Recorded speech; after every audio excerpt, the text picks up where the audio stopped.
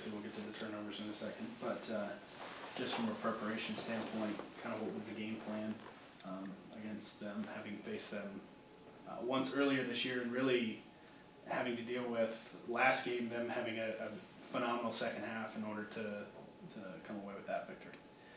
Yeah, we knew going in who their shooters are, although number 11, I think it's Pumpier, had a great game tonight. We weren't really looking for her to shoot the threes. I think she had a couple on us early, and that hurt. But you know, we knew 33 could shoot. 10 has a really good shot in transition. She likes to pull up jumper, and she's a tough guard.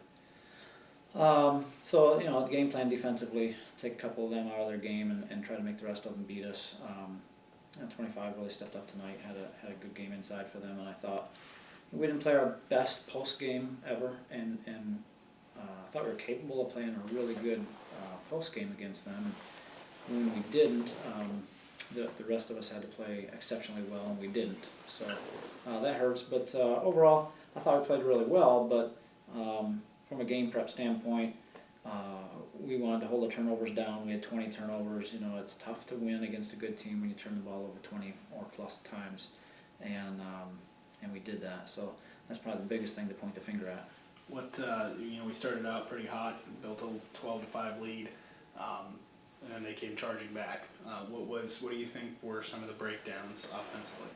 Turnovers. That was the biggest thing. We had one turnover, and we had an 8-point lead. Even a little later than that, I think we were up like 20-12 or something like that, and they closed it down and go up like 23-20 or somewhere in there. And turnovers were the factor. We just gave up transition buckets off those turnovers as well. And we played probably 25 minutes of really good defense and 10-15 minutes of not so good defense, and they made us pay.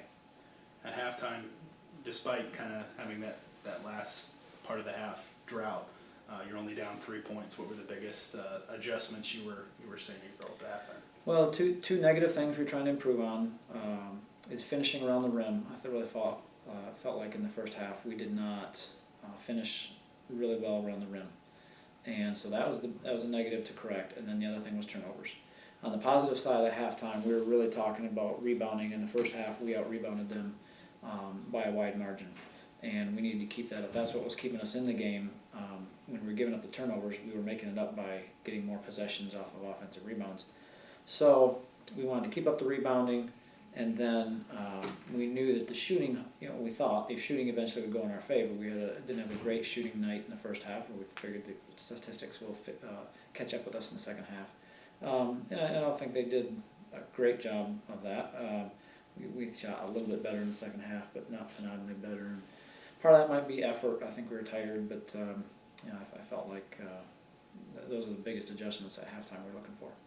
This is the third straight loss, and now we're going into tournament time. What are some of the biggest adjustments we need to make before we hit tournament? Well, defensive intensity, I felt like we played really, really well at times tonight. We've got to do that for 40 minutes if we're going to compete in the region. And, you know, we're going to go and give it our best, but we've got to improve that defensive intensity for an entire game. And that means everybody coming off the bench, ready and prepared. And you know, I felt like our post play wasn't the greatest tonight. We needed to improve on that. I really feel like we can be a dominant post presence with Courtney and with Brianna Delaney, and so those two things, defense and getting some good post play, will make a difference.